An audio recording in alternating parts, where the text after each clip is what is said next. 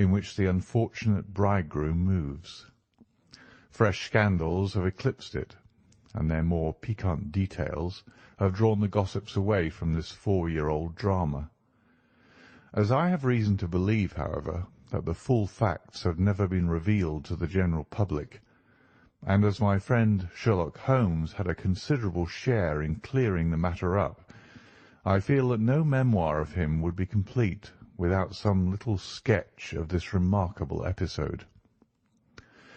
It was a few weeks before my own marriage, during the days when I was still sharing rooms with Holmes in Baker Street, that he came home from an afternoon stroll to find a letter on the table waiting for him.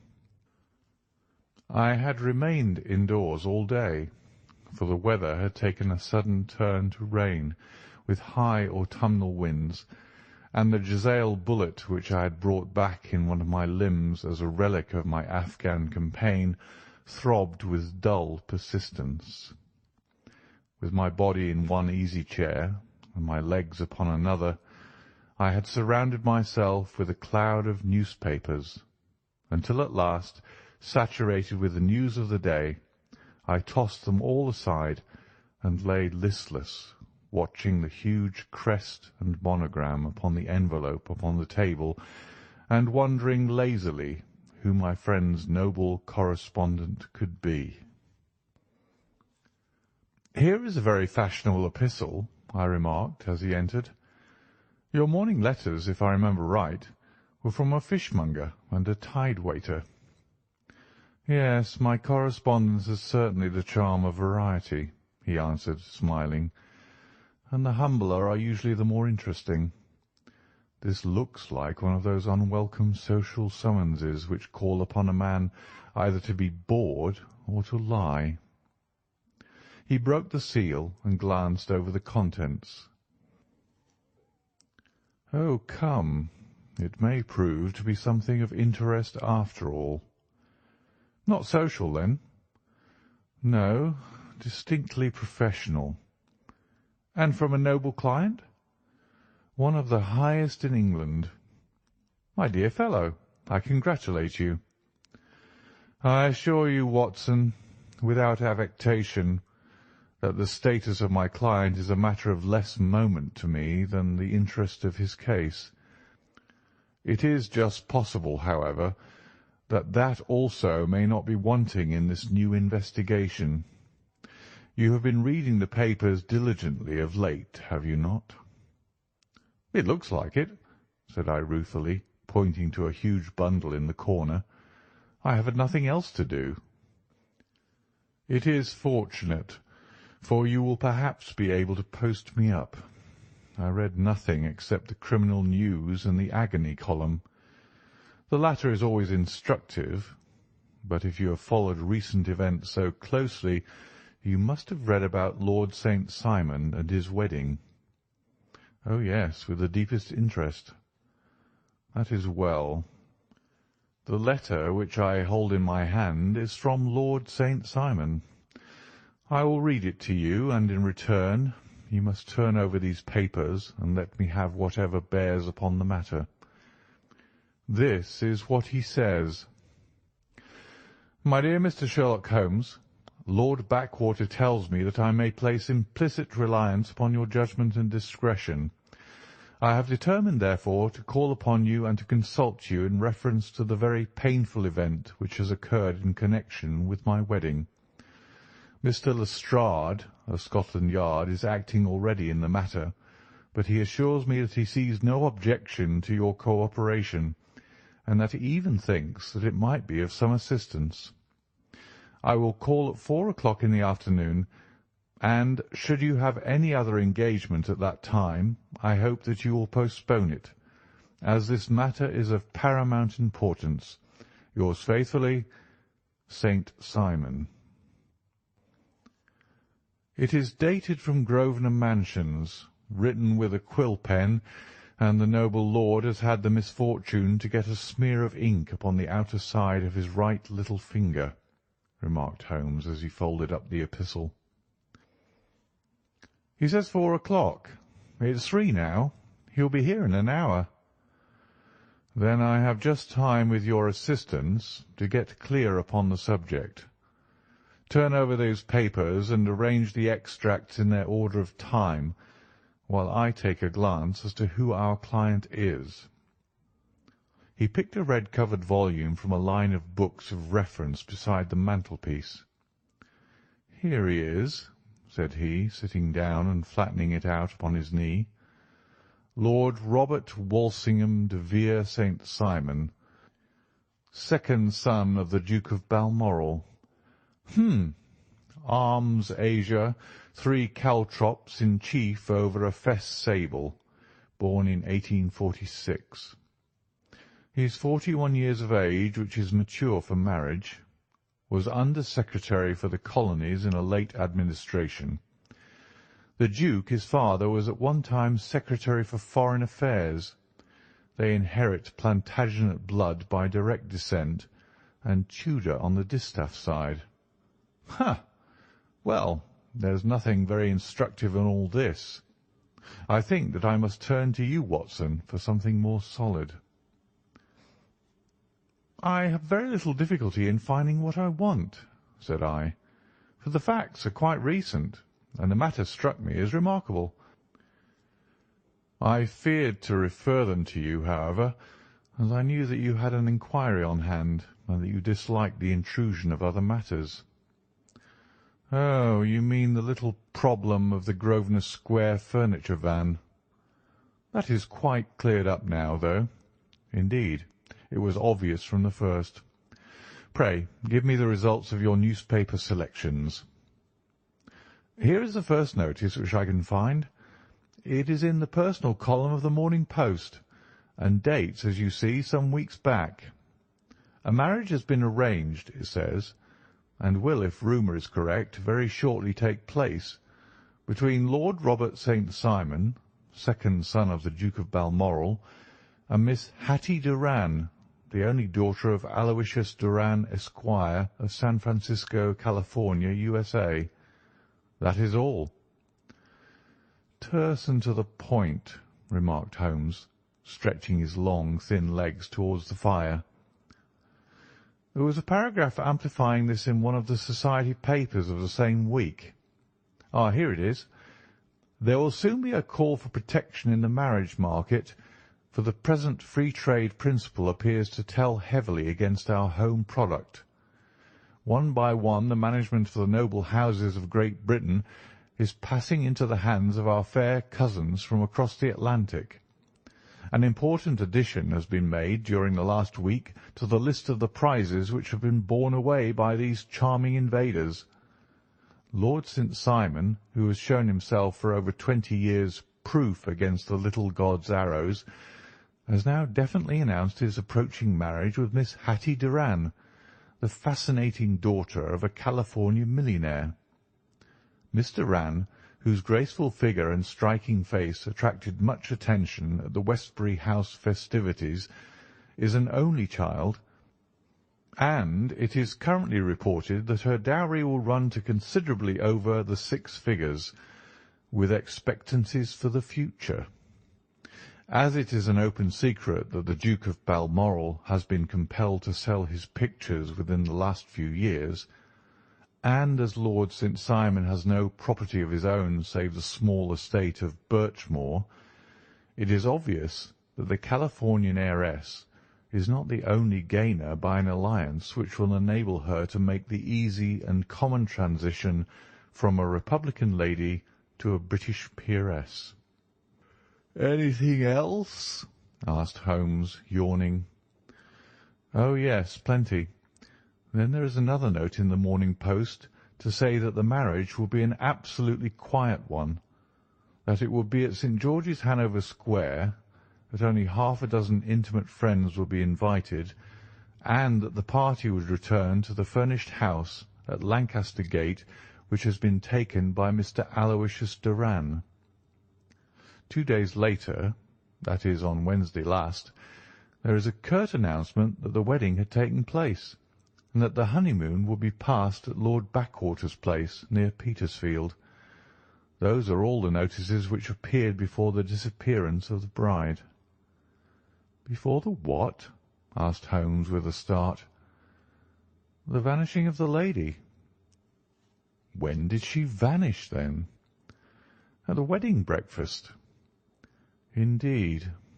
This is more interesting than it promised to be.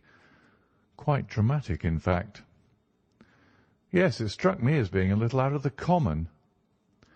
"They often vanish before the ceremony, and occasionally during the honeymoon. But I cannot call to mind anything quite so prompt as this. Pray let me have the details."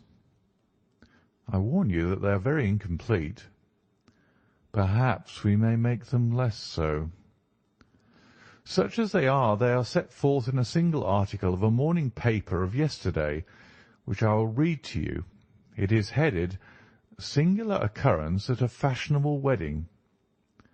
The family of Lord Robert St. Simon has been thrown into the greatest consternation by the strange and painful episodes which have taken place in connection with his wedding.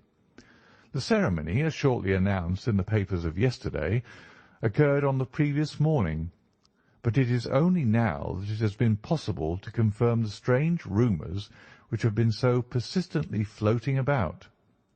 In spite of the attempts of the friends to hush the matter up, so much public attention has now been drawn to it that no good purpose can be served by affecting to disregard what is a common subject for conversation. The ceremony, which was performed at St. George's, Hanover Square, was a very quiet one, no one being present save the father of the bride, Mr. Aloysius Doran, the Duchess of Balmoral, Lord Backwater, Lord Eustace, and Lady Clara St. Simon, the younger brother and sister of the bridegroom, and Lady Alicia Whittington. The whole party proceeded afterwards to the house of Mr. Aloysius Doran at Lancaster Gate, where breakfast had been prepared. It appears that some little trouble was caused by a woman whose name has not been ascertained, who endeavoured to force her way into the house after the bridal party, alleging that she had some claim upon Lord St. Simon. It was only after a painful and prolonged scene that she was ejected by the butler and the footman. The bride, who had fortunately entered the house before this unpleasant interruption, had sat down to breakfast with the rest, when she complained of a sudden indisposition, and retired to her room. Her prolonged absence having caused some comment, her father followed her, but learned from her maid that she had only come up to her chamber for an instant, caught up an ulster and bonnet, and hurried down to the passage. One of the footmen declared that he had seen a lady leave the house thus apparelled, but had refused to credit that it was his mistress, believing her to be with the company. On ascertaining that his daughter had disappeared, Mr. Aloysius Doran, in conjunction with the bridegroom, instantly put themselves in communication with the police, and very energetic inquiries are being made, which will probably result in a speedy clearing up of this very singular business. Up to a late hour last night, however, nothing had transpired as to the whereabouts of the missing lady. There are rumours of foul play in the matter, and it is said that the police have caused the arrest of the woman who had caused the original disturbance, in the belief that from jealousy or some other motive she may have been concerned in the strange disappearance of the bride. And that is all? Only one little item in another of the morning papers, but it is a suggestive one. And it is that Miss Flora Miller, the lady who had caused the disturbance, has actually been arrested. It appears that she was formerly a danseuse at the Allegro, and that she has known the bridegroom for some years. There are no further particulars, and the whole case is in your hands now, so far as it has been set forth in the public press. And an exceedingly interesting case it appears to be. I would not have missed it for worlds. But there is a ring at the bell, Watson, and as the clock makes it a few minutes after 4, I have no doubt that this will prove to be our noble client. Do not dream of going, Watson, for I very much prefer having a witness, if only as a check to my own memory." "Lord Robert St. Simon," announced our page boy, throwing open the door.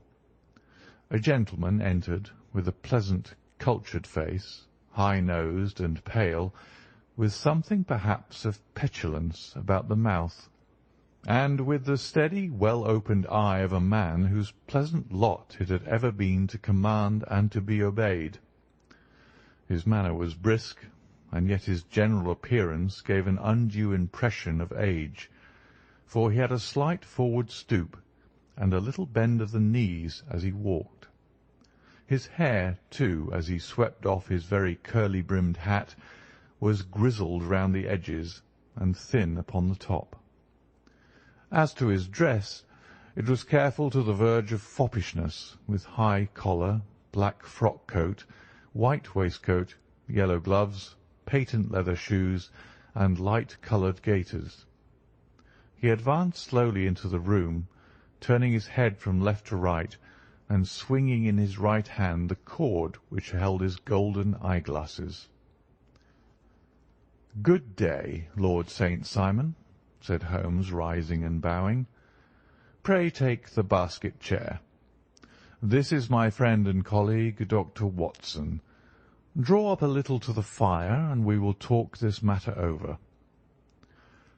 "A most painful matter to me, as you can most readily imagine, Mr. Holmes. I have been cut to the quick.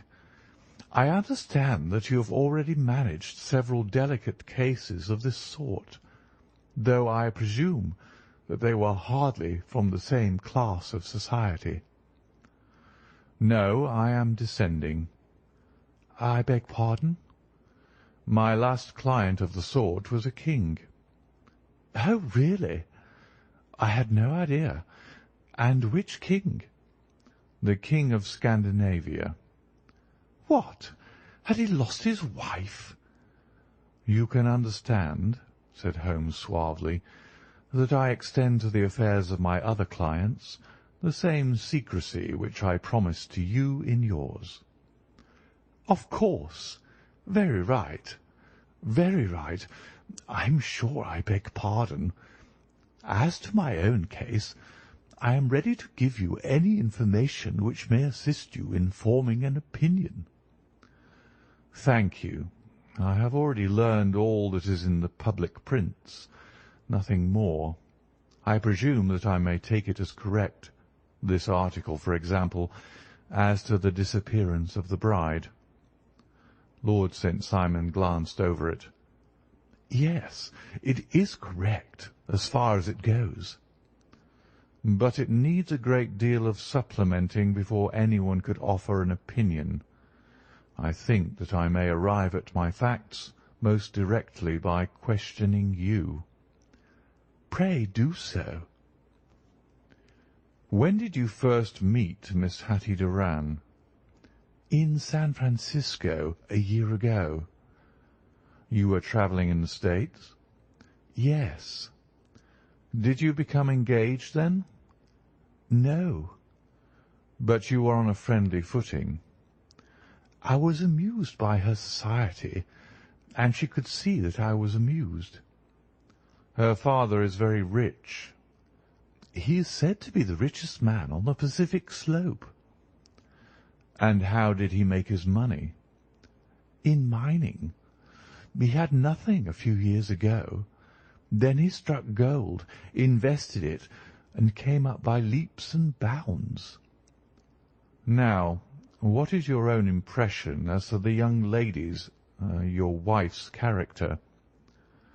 The nobleman swung his glasses a little faster and stared down into the fire. "You see, Mr. Holmes," said he, "my wife was 20 before her father became a rich man. During that time she ran free in a mining camp, and wandered through woods or mountains, so that her education has come from nature rather than from the schoolmaster." She is what we call in England a tomboy, with a strong nature, wild and free, unfettered by any sort of traditions. She is impetuous, volcanic, I was about to say.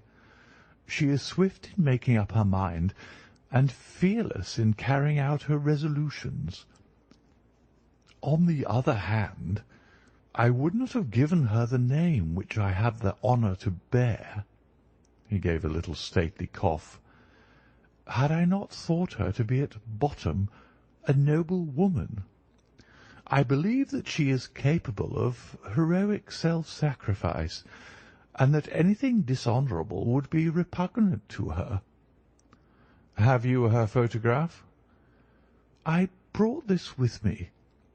He opened a locket and showed us the full face of a very lovely woman.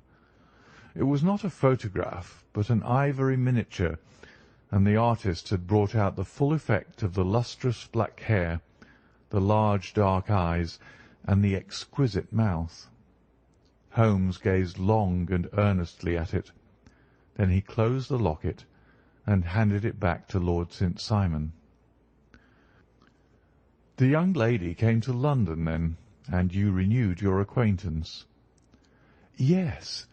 Her father brought her over for this last London season.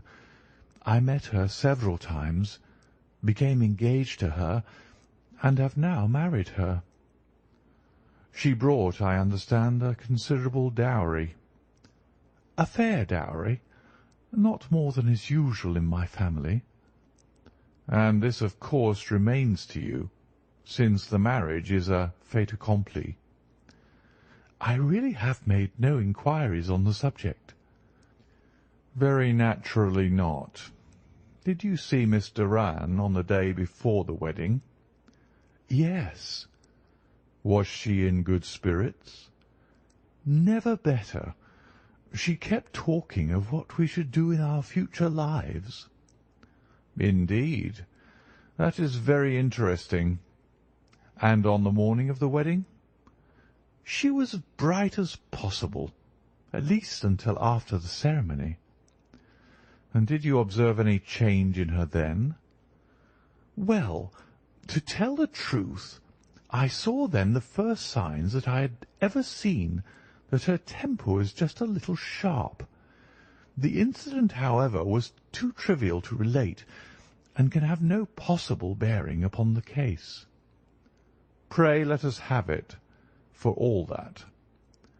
"Oh, it is childish. She dropped her bouquet as we went towards the vestry. She was passing the front pew at the time, and it fell over into the pew.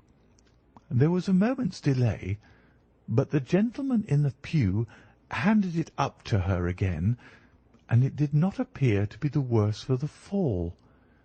Yet when I spoke to her of the matter, she answered me abruptly, and in the carriage on our way home she seemed absurdly agitated over this trifling cause." "Indeed. You say that there was a gentleman in the pew. Some of the general public were present, then?" "Oh, yes. It is impossible to exclude them when the church is open." "This gentleman was not one of your wife's friends?" "No, no.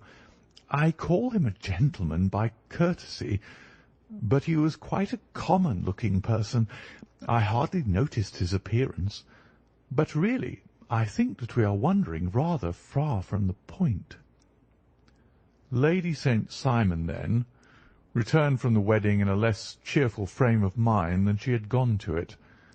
What did she do on re-entering her father's house? "I saw her in conversation with her maid." "And who is her maid?" "Alice is her name. She is an American, and came from California with her." "A confidential servant?" "A little too much so. It seemed to me that her mistress allowed her to take great liberties. Still, of course, in America they look upon these things in a different way." "How long did she speak to this Alice?" "Oh, a few minutes. I had something else to think of." "You did not overhear what they said?" "Lady St. Simon said something about jumping a claim. She was accustomed to use slang of the kind. I have no idea what she meant." "American slang is very expressive sometimes. And what did your wife do when she finished speaking to her maid?" "She walked into the breakfast-room." "On your arm?" "No, alone. She was very independent in little matters like that. Then, after we had sat down for 10 minutes or so, she rose hurriedly, muttered some words of apology, and left the room. She never came back." "But this maid Alice, as I understand, deposes that she went to her room, covered her bride's dress with a long ulster, put on a bonnet, and went out." "Quite so. And she was afterwards seen walking into Hyde Park in company with Flora Miller, a woman who is now in custody, and who had already made a disturbance at Mr. Doran's house that morning." "Ah, yes. I should like a few particulars as to this young lady, and your relations to her." Lord St. Simon shrugged his shoulders and raised his eyebrows. "We have been on a friendly footing for some years. I may say on a very friendly footing. She used to be at the Allegro. I have not treated her ungenerously, and she had no just cause of complaint against me. But you know what women are, Mr. Holmes. Flora was a dear little thing, but exceedingly hot-headed and devotedly attached to me. She wrote me dreadful letters when she heard that I was about to be married, and, to tell the truth, the reason why I had the marriage celebrated so quietly was that I feared lest there might be a scandal in the church. She came to Mr. Doran's door just after we returned, and she endeavoured to push her way in, uttering very abusive expressions towards my wife, and even threatening her. But I had foreseen the possibility of something of the sort, and I had 2 police fellows there in private clothes, who soon pushed her out again. She was quiet when she saw that there was no good in making a row." "Did your wife hear all this?" "No, thank goodness, she did not." "And she was seen walking with this very woman afterwards?" "Yes. That is what Mr. Lestrade of Scotland Yard looks upon as so serious. It is thought that Flora decoyed my wife out and laid some terrible trap for her." "Well, it is a possible supposition." "You think so too?" "I did not say a probable one, but you do not yourself look upon this as likely." "I do not think Flora would hurt a fly." "Still, jealousy is a strange transformer of characters. Pray, what is your own theory as to what took place?" "Well, really, I came to seek a theory, not to propound one. I have given you all the facts. Since you ask me, however, I may say that it has occurred to me as possible that the excitement of this affair, the consciousness that she had made so immense a social stride, had the effect of causing some little nervous disturbance in my wife." "In short, that she had become suddenly deranged?" "Well, really, when I consider that she has turned her back, I will not say upon me, but upon so much that many have aspired to without success. I can hardly explain it in any other fashion." "Well, certainly that is also a conceivable hypothesis," said Holmes, smiling. "And now, Lord St. Simon, I think that I have nearly all my data. May I ask whether you were seated at the breakfast table so that you could see out of the window?" We could see the other side of the road and the park. Quite so. Then I do not think that I need to detain you longer. I shall communicate with you. Should you be fortunate enough to solve this problem, said our client, rising. I have solved it. Eh? What was that? I say that I have solved it. Where, then, is my wife? That is a detail which I shall speedily supply. Lord St. Simon shook his head. I am afraid that it will take wiser heads than yours or mine, he remarked, and bowing in a stately, old-fashioned manner, he departed.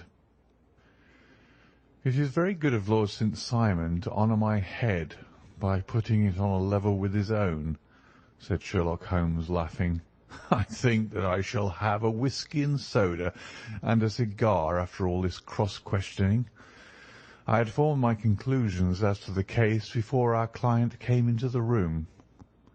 My dear Holmes, I have notes of several similar cases, though none, as I remarked before, which were quite as prompt. My whole examination served to turn my conjecture into a certainty. Circumstantial evidence is occasionally very convincing, as when you find a trout in the milk, to quote Thoreau's example. But I've heard all that you've heard. Without, however, the knowledge of pre-existing cases, which serves me so well. There was a parallel instance in Aberdeen some years back, and something on very much the same lines at Munich the year after the Franco-Prussian War. It is one of these cases. But hello, here is Lestrade. Good afternoon, Lestrade. You will find an extra tumbler upon the sideboard, and there are cigars in the box. The official detective was attired in a pea jacket and cravat, which gave him a decidedly nautical appearance, and he carried a black canvas bag in his hand. With a short greeting, he seated himself and lit the cigar which had been offered to him. "What's up, then?" asked Holmes with a twinkle in his eye. "You look dissatisfied." "And I feel dissatisfied. It's this infernal St. Simon marriage case. I can make neither head nor tail of the business." "Really? You surprise me." "Who ever heard of such a mixed affair? Every clue seems to slip through my fingers. I've been at work upon it all day." "And very wet it seems to have made you," said Holmes, laying his hand upon the arm of the pea jacket. "Yes, I've been dragging the Serpentine." "In heaven's name, what for?" "In search of the body of the Lady St. Simon." Sherlock Holmes leaned back in his chair and laughed heartily. "Have you dragged the basin of Trafalgar Square fountain?" he asked. "Why? What do you mean?" "Because you have just as good a chance of finding this lady in the one as in the other." Lestrade shot an angry glance at my companion. "I suppose you know all about it," he snarled. "Well, I have only just heard the facts, but my mind is made up." "Oh, indeed. Then you think that the Serpentine plays no part in the matter?" "I think it very unlikely." "Then perhaps you will kindly explain how it is that we found this in it." He opened his bag as he spoke, and tumbled onto the floor a wedding dress of watered silk, a pair of white satin shoes, and a bride's wreath and veil, all discoloured and soaked in water. "There," said he, putting a new wedding ring upon the top of the pile. "There is a little nut for you to crack, Mr. Holmes." "Oh, indeed," said my friend, blowing blue rings into the air. "You dragged them from the Serpentine?" "No. They were found floating near the margin by a park keeper. They had been identified as her clothes, and it seemed to me that if the clothes were there, the body would not be far off.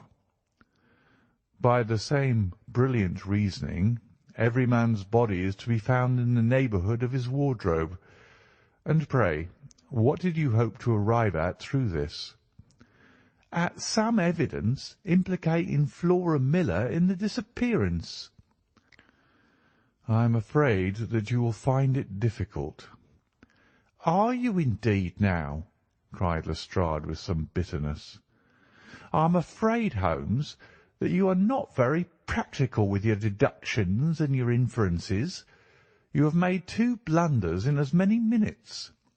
This dress does implicate Miss Flora Miller." "And how?" "In the dress is a pocket. In the pocket is a card case.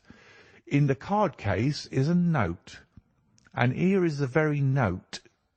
He slapped it down upon the table in front of him. "Listen to this. You will see me when all is ready. Come at once. F.H.M." Now, my theory all along has been that Lady St. Simon was decoyed away by Flora Miller, and that she, with confederates no doubt, was responsible for her disappearance.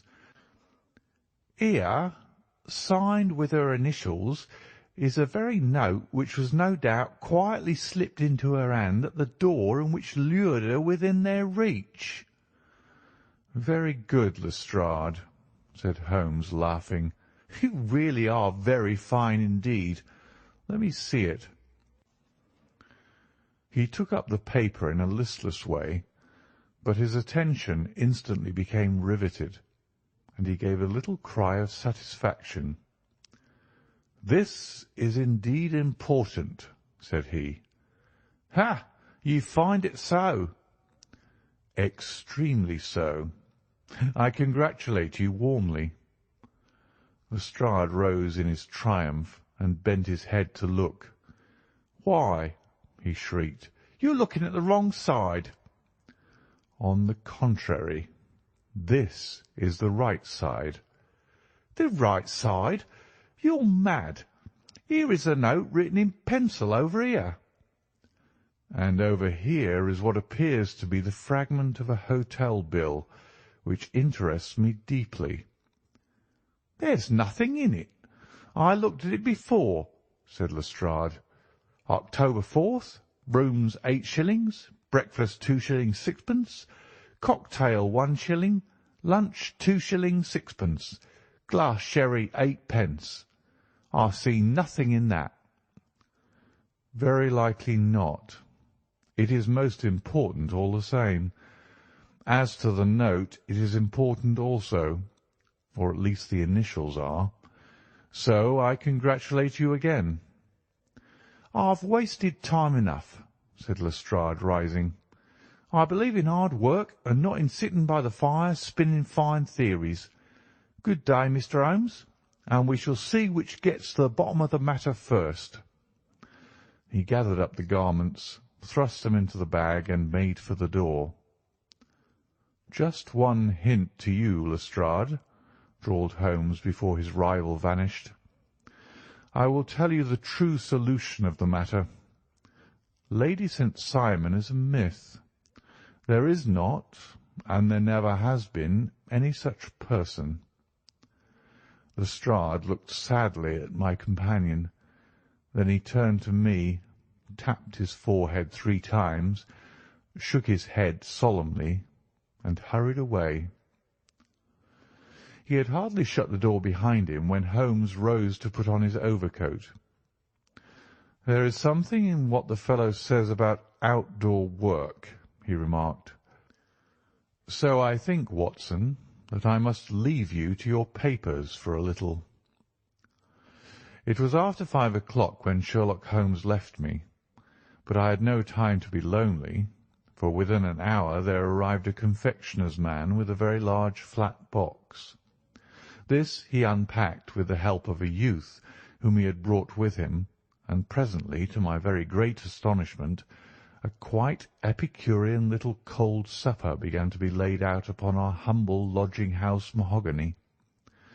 There were a couple of brace of cold woodcock, a pheasant, a pâté de foie gras pie, with a group of ancient and cobwebby bottles.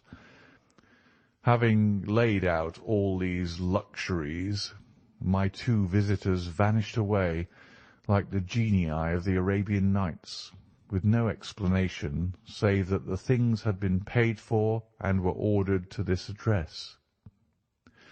Just before 9 o'clock, Sherlock Holmes stepped briskly into the room. His features were gravely set, but there was a light in his eye which made me think that he had not been disappointed in his conclusions. "They have laid the supper, then?" he said, rubbing his hands. "You seem to expect company. They've laid for 5. "Yes, I fancy we may have some company dropping in," said he. "I am surprised that Lord St. Simon has not already arrived. Ha! I fancy that I hear his step now upon the stairs." It was indeed our visitor of the afternoon who came bustling in, dangling his glasses more vigorously than ever, and with a very perturbed expression upon his aristocratic features. "My messenger reached you, then?" asked Holmes. "Yes, and I confess that the contents startled me beyond measure. Have you good authority for what you say?" "The best possible." Lord St. Simon sank into a chair and passed his hand over his forehead. "What will the Duke say," he murmured, "when he hears that one of the family has been subjected to such humiliation?" "It is the pure accident. I cannot allow that there is any humiliation." "Ah, you look on these things from another standpoint." "I fail to see that anyone is to blame. I can hardly see how the lady could have acted otherwise, though her abrupt method of doing it was undoubtedly to be regretted. Having no mother, she had no one to advise her at such a crisis." "It was a slight, sir, a public slight," said Lord St. Simon, tapping his fingers upon the table. "You must make allowance for this poor girl, placed in so unprecedented a position." "I will make no allowance. I am very angry indeed, and I have been shamefully used." "I think that I heard a ring," said Holmes. "Yes, there are steps on the landing. If I cannot persuade you to take a lenient view of the matter, Lord St. Simon, I have brought an advocate here who may be more successful." He opened the door and ushered in a lady and gentleman. "Lord St. Simon," said he, "allow me to introduce you to Mr. and Mrs. Francis Hay Moulton. The lady, I think, you have already met." At the sight of these newcomers our client had sprung from his seat and stood very erect, with his eyes cast down and his hand thrust into the breast of his frock-coat, a picture of offended dignity. The lady had taken a quick step forward and had held out her hand to him, but he still refused to raise his eyes. It was as well for his resolution, perhaps, for her pleading face was one which it is hard to resist. "You're angry, Robert," said she. "Well, I guess you have every cause to be." "Pray, make no apology to me," said Lord Simon bitterly. "Oh, yes, I know that I have treated you real bad, and that I should have spoken to you before I went, but I was kind of rattled, and from the time when I saw Frank here again, I just didn't know what I was doing or saying. I only wonder I didn't fall down and do a faint right there before the altar." "Perhaps, Mrs. Moulton, you would like my friend and me to leave the room while you explain this matter." "If I may give an opinion," remarked the strange gentleman, "we've had just a little too much secrecy over this business already. For my part, I should like all Europe and America to hear the rights of it, He was a small, wiry, sunburnt man, clean-shaven, with a sharp face and alert manner. "Then I'll tell our story right away," said the lady. "Frank here and I met in '84 in Maguire's camp near the Rockies, where Pa was working a claim. We were engaged to each other, Frank and I, but then one day Father struck a rich pocket and made a pile, while poor Frank here had a claim that petered out and came to nothing. The richer Pa grew, the poorer was Frank. So at last Pa wouldn't hear of our engagement lasting any longer, and he took me away to Frisco. Frank wouldn't throw up his hand, though, so he followed me there, and he saw me without Pa knowing anything about it. It would only have made him mad to know, so we just fixed it all up for ourselves. Frank said that he would go and make his pile too, and never come back to claim me until he had as much as Pa. So then I promised to wait for him to the end of time, and pledged myself not to marry anyone else while he lived. 'Why wouldn't we be married right away then?' said he, 'and then I will feel sure of you, and I won't claim to be your husband until I come back.'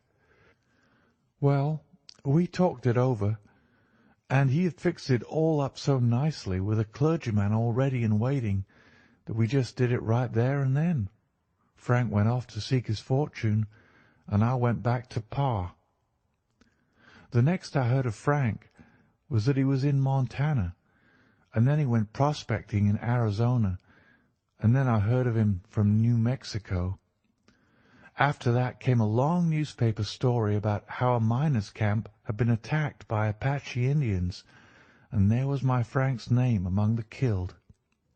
I fainted dead away, and I was very sick for months after. Pa thought I had a decline and took me to half the doctors in Frisco.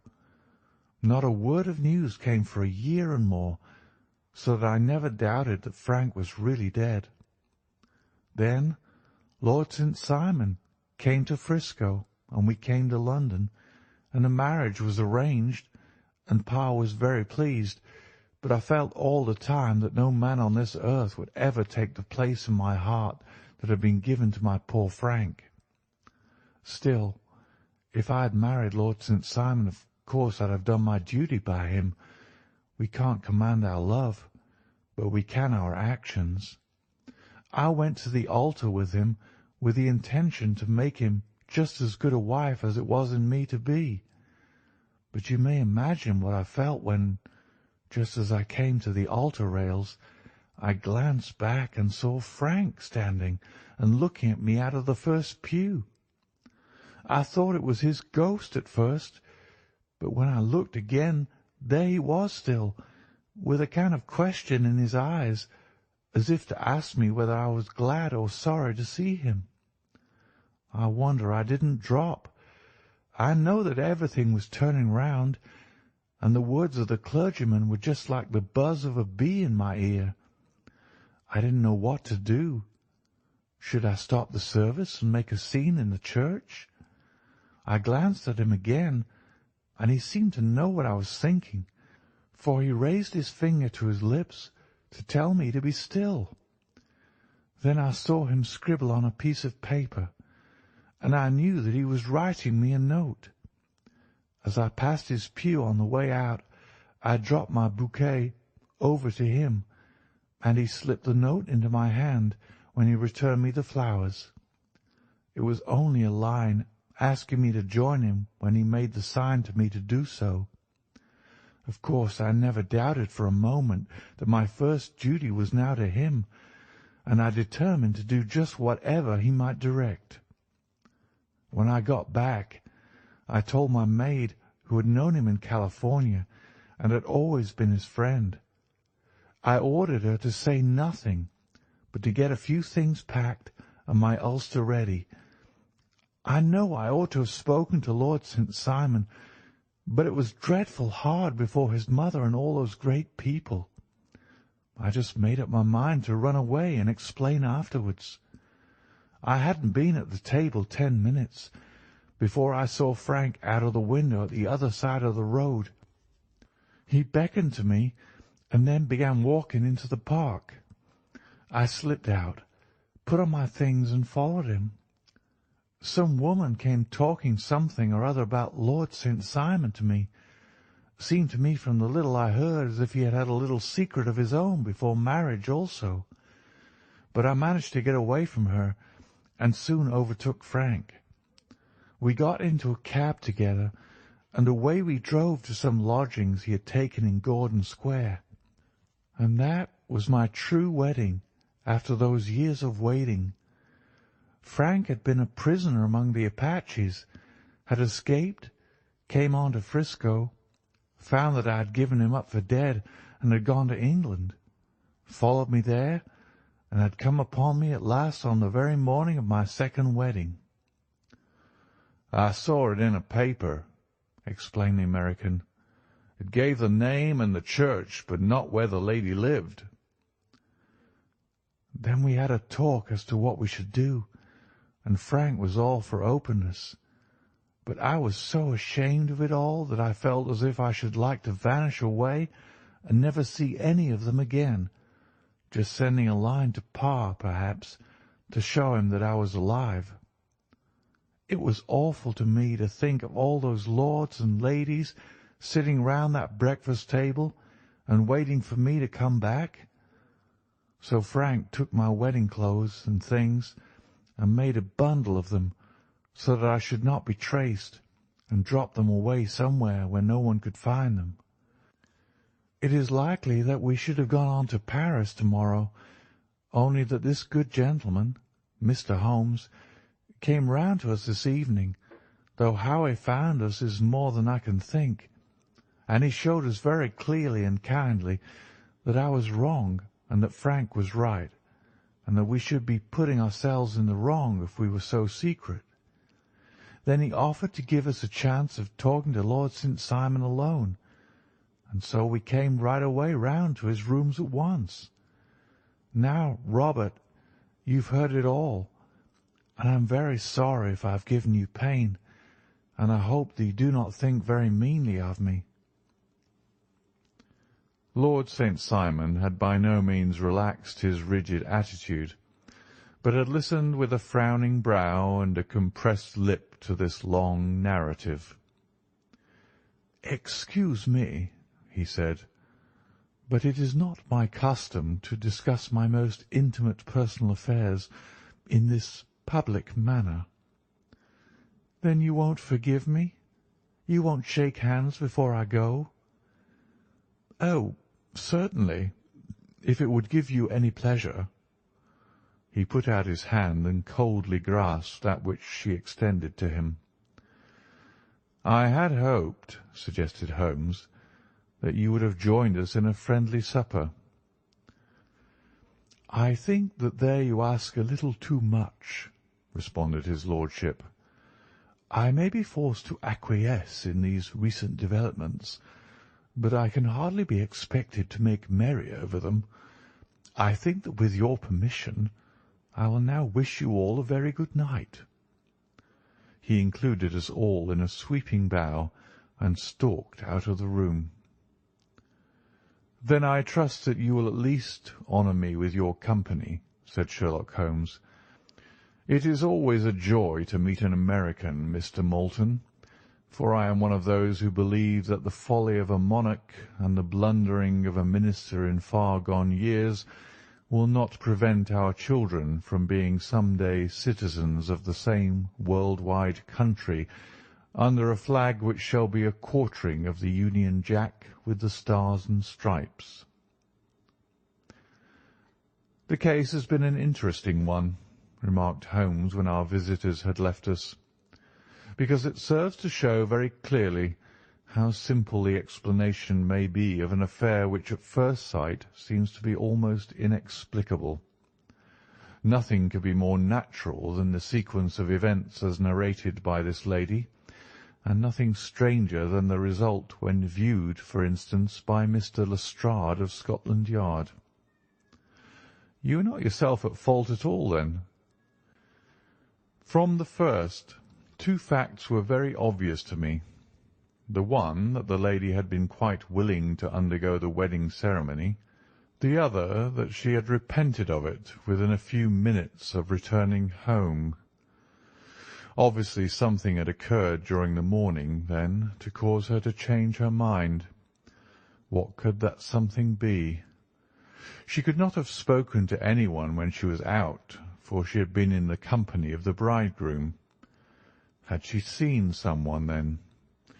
If she had, it must be someone from America, because she had spent so short a time in this country that she could hardly have allowed anyone to acquire so deep an influence over her that the mere sight of him would induce her to change her plans so completely. You see, we have already arrived, by a process of exclusion, at the idea that she might have seen an American. Then, who could this American be, and why should he possess so much influence over her? It might be a lover, it might be a husband. Her young womanhood had, I knew, been spent in rough scenes and under strange conditions. So far I had got before I ever heard Lord St. Simon's narrative.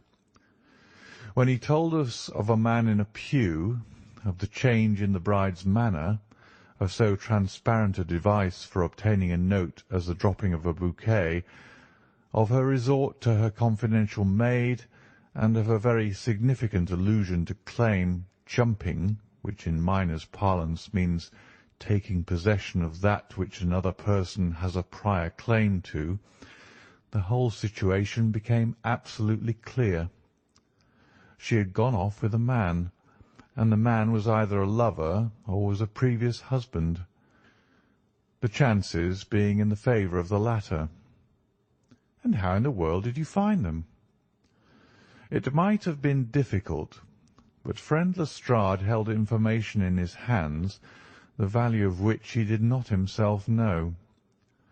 The initials were, of course, of the highest importance, but more valuable still was it to know that within a week he had settled his bill at one of the most select London hotels. How did you deduce the select? By the select prices. 8 shillings for a bed and 8 pence for a glass of sherry pointed to one of the most expensive hotels. There are not many in London which charge at that rate. In the second one, which I visited in Northumberland Avenue, I learned by an inspection of the book that Francis H. Moulton, an American gentleman, had left only the day before, and on looking over the entries against him I came upon the very items which I had seen in the duplicate bill. His letters were to be forwarded to 226 Gordon Square. So thither I travelled, and being fortunate enough to find the loving couple at home, I ventured to give them some paternal advice, and to point out to them that it would be better in every way that they should make their position a little clearer both to the general public and to Lord St. Simon in particular. I invited them to meet him here, and, as you see, I made him keep the appointment. But with no very good result, I remarked. His conduct was certainly not very gracious. "Ah, Watson," said Holmes, smiling, "perhaps you would not be very gracious either, if, after all the trouble of wooing and wedding, you found yourself deprived in an instant of wife and of fortune. I think that we may judge Lord St. Simon very mercifully, and thank our stars that we are never likely to find ourselves in the same position.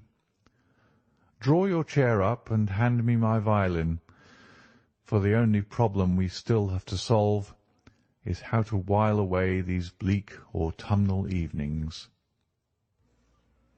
End of The Adventure of the Noble Bachelor.